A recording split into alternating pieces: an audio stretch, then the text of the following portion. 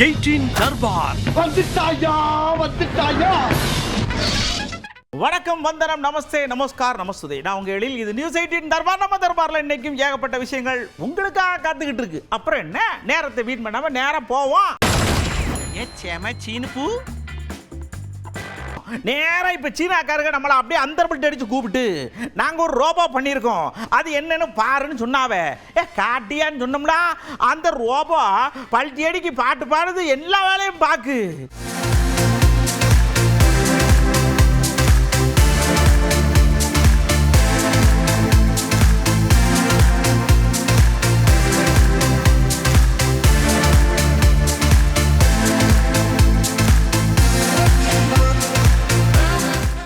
அந்த பக்கம் கிருஷ்ணகிரி பக்கம் வந்து பார்த்தோம்னா எல்லாரும் பார்த்து ரொம்ப ஒரு நாள் விரக்தி அடைஞ்சு அவியில ஒரு விஷயம் செய்வாங்கல்ல, அந்த மாதிரி தான் செஞ்சிருக்காவ. போஸ்ட் கம்பி இல்லை, வயர் உரம் தொங்குது, தூக்கி நிறுத்தணும்னு நாங்கள் எவ்வளோ ட்ரை பண்ணுதோம். ஆனால் பாருங்கன்னு சொல்லிட்டு இப்போ சடக்குன்னு சவுக்கு குச்சி எடுத்து வச்சு மலை எல்லாத்தையும் கட்டி இழுத்து கொண்டு போயிட்டாங்கல்ல. பயங்கரமாக இருக்குல்ல.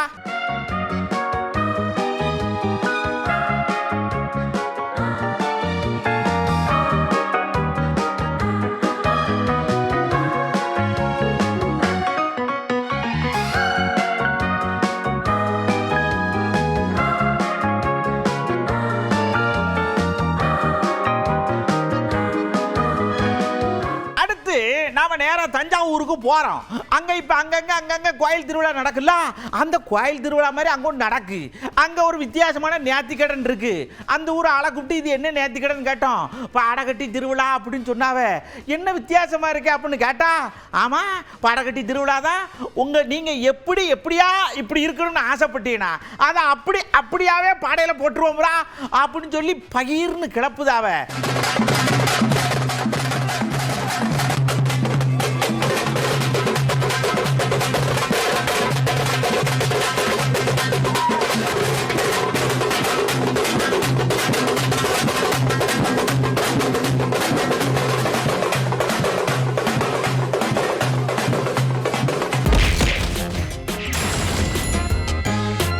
நம்ம ஐயா எடப்பாடி ஐயா மைக்கு முன்னாடி மகத்தா நிக்காக. அவங்க சொன்னாங்க, இங்க இருக்க சபாநாயகர் மேல நாங்க எதுக்கு இப்படி பண்ணோம்னா, அதிமுக ஆட்சியில சபாநாயகர் நியாயமா இருந்தார், இப்ப திமுக ஆட்சியில சபாநாயகர் நியாயமா இல்லை, அதனால நாங்க பண்ணுதோம். நாங்க நேர்மை நீதி நியாயத்துக்கு பண்ணுவோம்ல, அதுல சபாநாயகர் யாரா இருந்தானு ஒரு போர் வட்டாரை பார்க்கலாம். அதிமுக ஆட்சி நடக்கும் போது சிறப்பான ஆட்சி நடைபெற்றது. அதனால் அவர் குற்றம் கண்டுபிடிக்க முடியவில்லை. அதனால் அவர் பேசுவதற்கு வாய்ப்பில்லை, குறை சொல்வதற்கு வாய்ப்பில்லை. அதே வேளையில் திராவிட முன்னேற்ற கழகம் ஆட்சி பொறுப்பேற்ற பிறகு தமிழகத்தில் பல்வேறு பிரச்சனைகள் தலைதூக்கி இருந்த காரணத்தினாலே மக்களுடைய பிரச்சனையை சட்டமன்றத்தில் எடுத்து வைக்கின்ற விதமாக பிரதான எதிர்க்கட்சி என்ற முறையில் எங்களுடைய கடமையை முழுமையாக நாங்கள் செயல்படுத்தினோம். அதனாலதான் 2 மணி நேரம் 52 நிமிஷம் பேச வேண்டியது இருந்தது. அவ்வளவு பிரச்சனை தமிழகத்தில், அவ்வளவு பிரச்சனை நடந்துகிட்டு இருந்தது. அந்த பிரச்சனையை பிரதான எதிர்க்கட்சி என்ற முறையில் எங்களுடைய கடமையை நாங்கள் ஆற்றினோமே ஒழிய, அதனால நாங்கள் அதிகமான நேரம் எடுத்துக்கிட்டோம். அதிகமான நேரம் எடுத்துக்கொள்ள முடியாத காரணம் எங்களுடைய ஆட்சியில் பிரச்சனை இல்லை, அதனால குற்றம் சுமத்த முடியல. ஒரு நல்ல ஆட்சி எங்களுடைய ஆட்சியில் தந்தோம். 10 லட்சம் கோடி ரூபாய் நெருங்குதுன்னு சொல்லிக்கிறதாவ நீங்க வாங்கி வைக்கிற கடனு. ஏங்க நீங்க வாட்டுக்கு இந்த 4 வருஷத்துல நீங்க வாட்டுக்கு கடனை வாங்கி வச்சா, அதிமுக தான் கடனை வாங்கி வச்சிருக்குன்னு ஊருக்குள்ள பரப்பி விட்டா யாருக்கு கெட்ட பேரு வரும்? என்ன நினைச்சுக்கிட்டு இருக்கீன்னு லைட்டா கொஞ்சம் கோபப்பட்டாரலாம். 2011 அம்மா பொறுப்பேற்கும் போது திமுக 1,14,000. அப்போ மீண்டும் அம்மா 2016 வரைக்கும் 2,17,000. அப்போ 128ங்கிறான். அந்த கடனை வச்சு ஒப்பிட்டு பேசுறாங்க. இப்ப கடன் எவ்வளவு? இப்படிப்பா இதெல்லாம் ஒரு தந்திரம், மக்களை ஏமாற்றிக்கிட்ட ஒரு நாடகம். 3 லட்சம் 4 லட்சம் கடன் வாங்கிட்டு 93%. எதை அந்த 5,18,000 கூட ஒப்பிட்டு 93%. யாரை ஏமாத்துற நாடகம்? நாட்டு மக்கள் ஒன்றும் தெரியாம நினைச்சிருக்காங்க. நீ விஞ்ஞான உலகம் பேச லைவ்ல போயிட்டு இருக்குது. இன்னைக்கு எல்லாம் படித்த மாணவர்களும், இன்றைக்கு தமிழகம் அறிவுபூர்வமான மக்கள், சிந்திக்கக்கூடிய மக்கள். ஆக இவரெல்லாம் ஏமாற்ற முடியாது, இப்படி டேலி பண்ணிலாம் ஏமாற்ற முடியாது. நீங்க வாங்கினது 4 லட்சம் கோடி, இதுக்கு முந்தி 5,18,000 கோடி இருந்தது. அப்போ எவ்வளவு சதவீதம் கவனிட்டு பாருங்க. பழசு 5-18, இப்போ எவ்வளவு சதவீதம் வாங்கியிருக்கிறீங்க? 73 ஆண்டு காலம் பல்வேறு கட்சிகள் ஆட்சி செஞ்சன. அது அதிமுக திமுக இப்படி மாறி மாறி ஆட்சி செஞ்ச போது கூட 73 ஆண்டு காலம் கடன் வாங்கியது 2021 வரைக்கும் 5,18,000. அதற்கு பிறகு 4 ஆண்டு காலத்தில் 4 லட்சம் கடனை வாங்கி எந்த ஒரு புதிய திட்டமும் இல்லை. அடுத்து நம்ம எடப்பாடி ஐயா இன்னொரு விஷயத்தை ரொம்ப ஆணித்தரமா கேட்கிறார். உங்களுக்கு வந்த ரத்தம், எங்களுக்கு வந்த தக்காளி சட்னியா? நான் எப்படி நீதிமன்றத்தில் போய் என் மீதான புகார்களை நிரூபித்து அதை எப்படி சுக்கு வேற ஆணி வேற உடைச்சேனோ அதை மாதிரி நீங்க போய் பண்ணுங்க. டாஸ்மாக்ல அம்புட்டு ஊழல் வருதுன்னு பேசிக்கிறது ஐயோ வெக்கமா இருக்கா? என்னத்தை சொல்ல, எதிர்கட்சி தலைவரா என்னால ஒன்றும் பண்ண முடியலையே அப்படின்னு ஆதங்க விட்டாரலாம். இவர்கள் தொடுத்தா வழக்கு, மற்றவர்கள் தொடுத்தா பொய். அமலாக்கத்துறை எங்களை வந்து ரெய்டு பண்ணுது, நாங்கெல்லாம் டீலிமிட்டேஷன் சொன்னதுனால, மொழிக்கொலிக்கு சொன்னதுனால வரதுங்க. எங்களுக்கு வந்தது என்ன கொக்கரிச்சிட்டு இருந்தீங்க? உங்களுக்கு வந்தா ரத்தம், எங்களுக்கு நமக்கு வந்து ரத்தம், அவர்களுக்கு வந்தா தக்காளி சட்னி. உங்களுக்கு கரெக்டா சொல்லுங்க. அவங்களுக்கு வந்தா ரத்தம், எங்களுக்கு வந்து தக்காளி சட்னியா? நல்லா சொல்லு. நீங்க பத்திரிகையாளர் ஊடகக்குள்ள நீங்களே பாருங்க எவ்வளவு கிட்டலு கேலி எங்களை பேசிட்டு இருந்தாங்க. நாங்க இப்போ மட்டும் சொல்றேன், அடுத்த ஆட்சி அதிமுக வருவது உறுதி. எல்லா டிபார்ட்மெண்ட்லயும் ஊழல். இந்த ஊழல் விசாரிக்கிறதுக்கு 5 வருஷம் வேணும். அந்த அளவுக்கு ஊழல் மலிச்சு கிடக்கு இந்த ஆட்சியில. அவ்வளவு ஊழல், எல்லா துறையிலுமே ஊழல். கவலை எல்லாம் செய்யறாங்க, எதை பற்றியும் பயம் இல்ல, சர்வசாதாரணம் நடக்கிறாங்க. அதையெல்லாம் சொன்னா இப்ப தப்பிச்சுக்குவாங்க. ஆட்சி வரட்டும், முறைப்படி வழக்கு தொடரும். அப்பொழுது மக்களும் பார்த்துக்குவாங்க, ஊடகங்களும் பத்திரிகைகளும் கொஞ்சம் சப்போர்ட்டா இருக்கு. அடுத்து நம்ம ஜெயக்குமார் அண்ணாச்சி சங்குடு வந்தாங்க. எடப்பாடி ஐயாவுக்கு லைட்டா அப்படியே முட்டு கொடுக்குற மாதிரி. அதாவதுங்க, டெல்லியில கெஜ்ரிவாலுக்கு என்ன நடந்தது, நம்ம ஹேமந்த் சோரன் ஐயாவுக்கு என்ன நடந்தது, அதே மாதிரி தான் தமிழ்நாட்டில் நம்ம ஸ்டாலின் ஐயாவுக்கு நடக்க போகுது. 2026 எல்லாம் புட்டு வைக்க போறாங்க அப்படின்னு புள்ளி விவரத்தை எடுத்து பொசனும் போடுதாரு. கண்டிப்பா வந்து டெல்லியில் கெஜ்ரிவால் போனார். அதே போல் சத்தீஸ்கரில் வந்து அந்த சிஎம்மும் போயிட்டார். வந்தாங்களா? சென்டிமெண்ட்டாக பார்த்தீங்கன்னா 3வது கவர்மெண்ட்டு 2026 வர முடியாமல் போகிறதுக்கு டாஸ்மாக் வந்து ஒரு பெரிய அளவுக்கு இன்றைக்கி வந்து அவளுக்கு தலைவலி ஏற்படுத்தியிருக்கு. இந்த தலைவலி வந்து அது திருகு வழியாகி கடைசியில் வந்து தீராத வழியாகி ஒட்டுமொத்தமாக வந்து வீட்டுக்கு போகிற ஒரு நிலைமை தான் இன்றைக்கி திமுகவுக்கு ஏற்படும். டெல்லிக்கு சத்தீஸ்கருக்கு ஏற்பட்ட நிலைமை 2026 தமிழ்நாட்டுக்கு ஏற்படும். அடுத்து நம்ம அக்கா பாருங்க எப்படி புகுடாக தெரியுமா? இந்த நாட்டில் இருக்கக்கூடியவையா எல்லாருக்கும் உரிமை இருக்குல்ல, போராட்டம் பண்றதுக்கு உரிமை இல்லைன்னு சொல்லதுக்கு நீங்க ஆறு. நாங்க மக்கள்கிட்ட போய் மக்கள் மன்றத்தில் எடுத்து வைக்கமுறா, அதை நீங்க கேட்கணும்ரா. அதை விட்டு போராட்டம் போறதுக்கு முன்னாடியே போலீஸ்காரங்க எங்களை பிடிச்சி வச்சு தடுத்து நிறுத்துறா என்ன அர்த்தம்? எப்படினாலும் நாங்க போராடியே தீர்வோம்.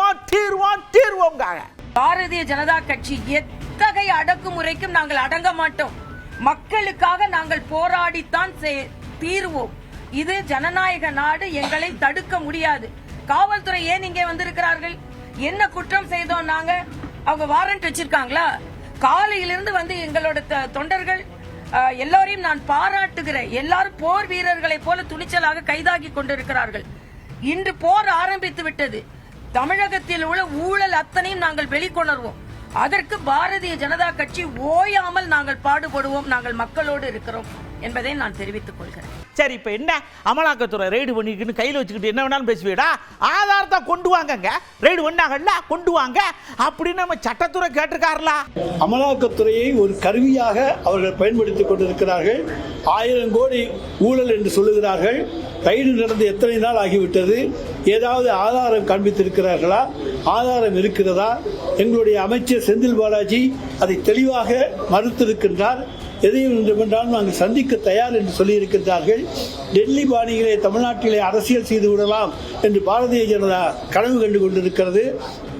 தமிழக மக்கள் விழிப்புணர்வு மிக்கவர்கள்.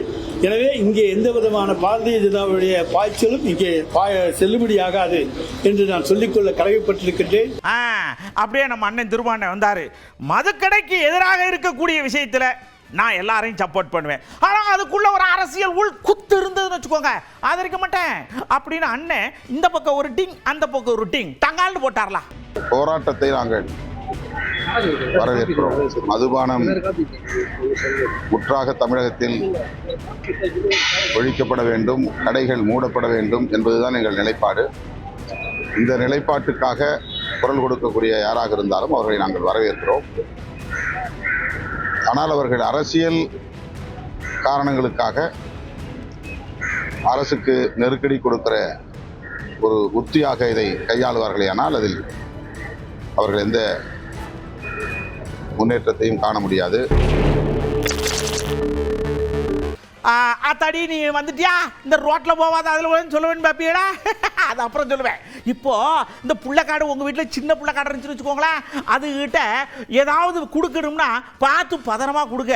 ஒரு பையன் என்ன இருக்க, குட்டி பையன் சரக்குன்னு காசு எடுத்து முழுங்கிவிட்டான். அந்த முழுங்கிற காசு நல்ல வேலை உள்ளேயும் போல வெளியும் போல ஆனால் தொண்டைக்குள்ள நின்று போச்சு. வேறு என்னச்சியே பிள்ளையை தூட்டு பதவதன ஆஸ்பத்திரிக்கு போய் ஆப்ரேஷன் பண்ணி எடுக்கிற மாதிரி ஆகிப்போச்சு.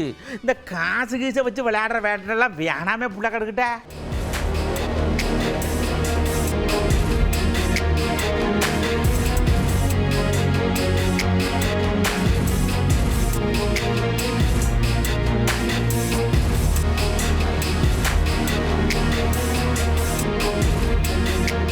அடுத்து நாம் நேராக ஒரு இடத்துல போகலான்னு யோசிக்கும் போது இந்த மாப்பிலிருந்து ஒரு சத்தம்ங்க, டமேன்னு ஒரு சத்தம்.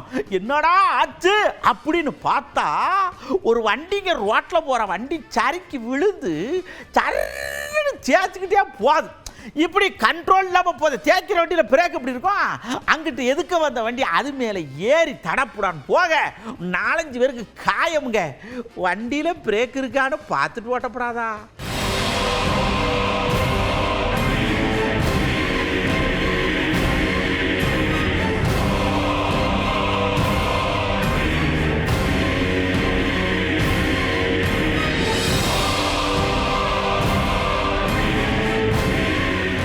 இப்படி வண்டியில் போய் ஏன் விழுவானே, வாரி சுருட்டி ரத்தமா ஆக்குவானேன்னு சொல்லி ஊப்பியில் ஒரு தம்பி என்ன பண்ணிருக்கா, அப்படி நடந்து போயிருக்கா. அப்படியே அப்படியே திரும்பி பார்த்துருக்காப்புல ஒரு கடை.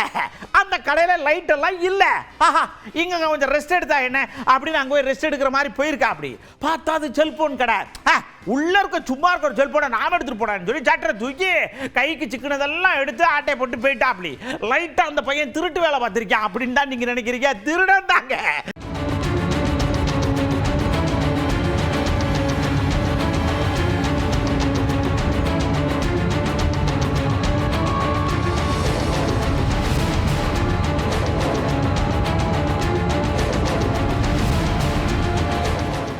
ஒரு 10-15 வயசு இருக்கும் போட்டிருக்கு. அந்த தம்பி ராஜஸ்தானில் சர்ன்னு மருந்து கடைக்கு மருந்து அங்கே போயிருக்கா. அப்படி அங்கே போய் பார்த்தவர் மருந்து கடையில் ஆள் இல்லை, மருந்து இருக்கு, சற்று ஓப்பனில் இருக்கு, பூட்டலை. ஆஹா, என்னடா இது அப்படின்னு சொல்லிட்டு நேராக உள்ளே போயிருக்கா. அப்படி உள்ளே போய் பார்த்தா யாருமே இல்லை. அப்படின்னு எல்லாத்தையும் திறந்து வச்சிருக்கா. அப்படி ஒரு 100 ரூபா கட்டு மட்டும் எடுத்துக்கிட்டு, இந்த வருங்க நான் வந்த வேலை முடிஞ்சு வச்சு 100 ரூபா கட்டுக்கு எவ்வளோ காசு வேணுமோ அதை அப்புறம் கொண்டு வந்து தாரேன் அப்படின்னு சொல்லாமல் தூக்கிட்டு ஓடிவிட்டாப்ல.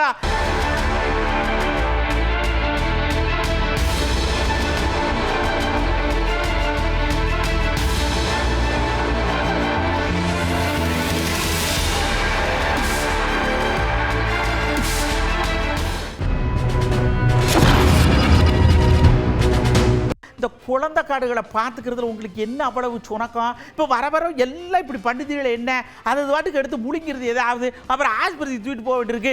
என்ன உங்கள் பிரச்சனைன்னு கேட்டான்.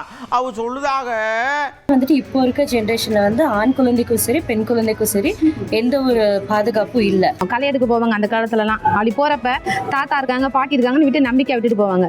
இப்போ எப்படின்னா எல்லாம் வேலை சுமை காரணமாக அவங்கவுங்க தனித்தனியாக போயிட்டாங்க. இப்போ எல்லாம் பேரண்டிங்காக நடக்கலை, அந்த காலம் மாதிரிலாம் நடக்கலை. பிள்ளைங்க சாப்பாடு சாப்பிடணும் அப்படின்னா ஃபோன் கொடுத்தா தான் சாப்பிடுங்க, டிவி வீடியோ போட்டு பார்த்தா தான் சாப்பிடுங்க அப்படின்னா பேரண்ட்ஸ் வந்து சாப்பாடு ஊட்டுறோமா இல்லை தரையில் விழுகிறத பிள்ளை எடுத்து சாப்பிடுங்களான்னு கவனிக்கவே மாட்டாங்க. 2 பேருமே வேலைக்கு போகிறதுனால தான் குழந்தைங்களை பராமரிக்க முடியல. ஜாயின்ட் ஃபேமிலியாக இருக்காங்க அப்படின்னா அந்த குழந்தைங்களை நம்ம வந்து பேரண்ட்ஸ் அவங்க பெரியவங்கள்ட்ட விட்டுட்டு போகலாம்.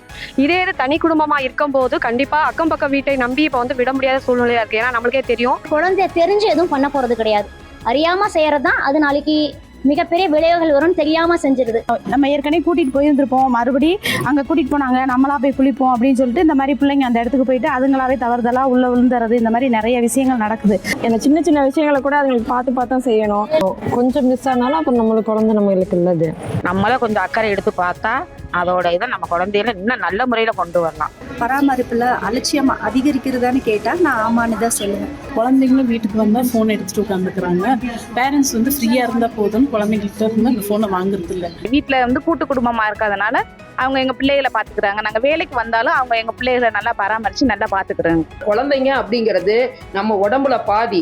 குழந்தை இல்லாதவங்களுக்கு தான் அதனுடைய அருமை பெருமை எல்லாம் தெரியும். குழந்தைகள் தான் இந்த நாட்டோட வருங்கால சன்னதிகள். அதனால குழந்தைகளை பத்திரமா பாதுகாக்க வேண்டியது நம்மளோட பெற்றோராகிய நம்மளோட கடமை தான். குழந்தையும் தெய்வமும் குணத்தால் ஒன்று, குற்றங்களை மறந்து விடும் மனத்தால் அன்று. எங்க ஆட்டத்துக்கு பேர் போனவர் நம்ம நடராசர்லாம் காலை தூக்கி வச்சு நர்த்தனம் போடுவார்லாம். அவர் முன்னாடி ஒரு அம்மா ஆடி இருக்காங்க. நடராசரே ஏன் ஆத்தா என்ன இந்த ஆட்டம் ஆடுதுன்னு குளிர்ந்து போயிட்டார்லா.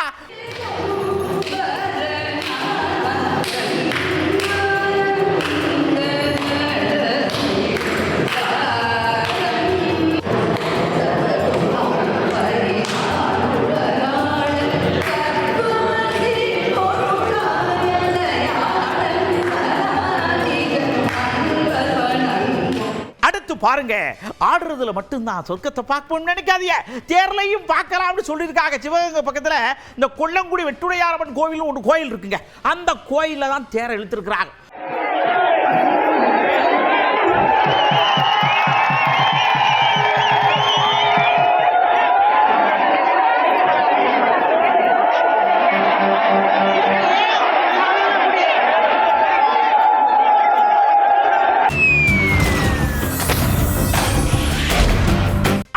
உலகத்துக்குள்ள நாம அமெரிக்காவில் போய் நங்கட்டீரும் குதிச்சா பேட்ரிக் விழான்னு ஒரு விழா நடக்குதுங்க. அங்க பாருங்க, எப்படி சொல்லுவேன் என்னன்னு சொல்லுவேன்.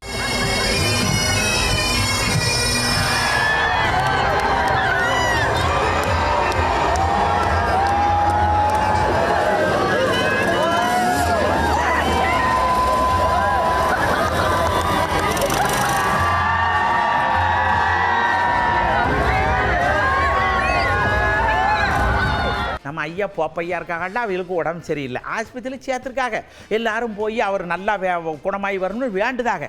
சில பேர் போப்பையாவுக்கு இசைனா ரொம்ப பிடிக்கும், அதுவும் டான்ஸ் ஆடிக்கிட்டே பார்த்தாருன்னா ரொம்ப பிடிக்கும் அப்படின்னு ஆடி இறைவன்கிட்ட பிரார்த்தனை வச்சு போப்பாண்டவரை குணப்படுத்த ஆடுதாக, சோடி சோடியாக ஆடுதாக. நாம் வேணால் கையை அப்படியே ஆட்டிக்கிடுவோம், அவ்வளோதான்.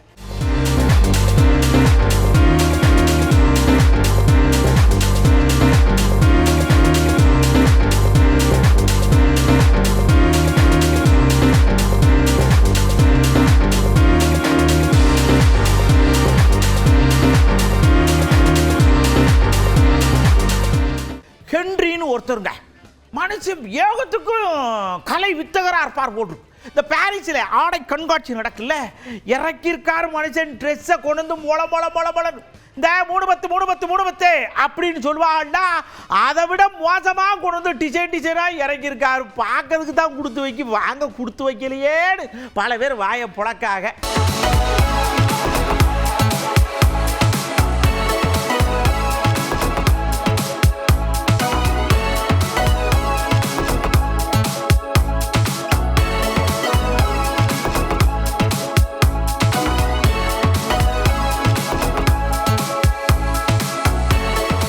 தர்பாரில் பார்த்த எல்லா விஷயங்களும் உங்களுக்கு கண்டிப்பாக பிடிச்சிருக்கும். நான் ஏற்கனவே சொன்ன மாதிரி உஷாரான இடங்கள் எல்லாம் ரொம்ப கவனமாக இருங்க. ரொம்ப முக்கிய மக்களே, இந்த ஒரு மாதம் அடுத்த மாதமும் பரீட்சை ஆரம்பிக்கிற அவிகளுக்கும் சேர்த்து சொல்லுதேன்.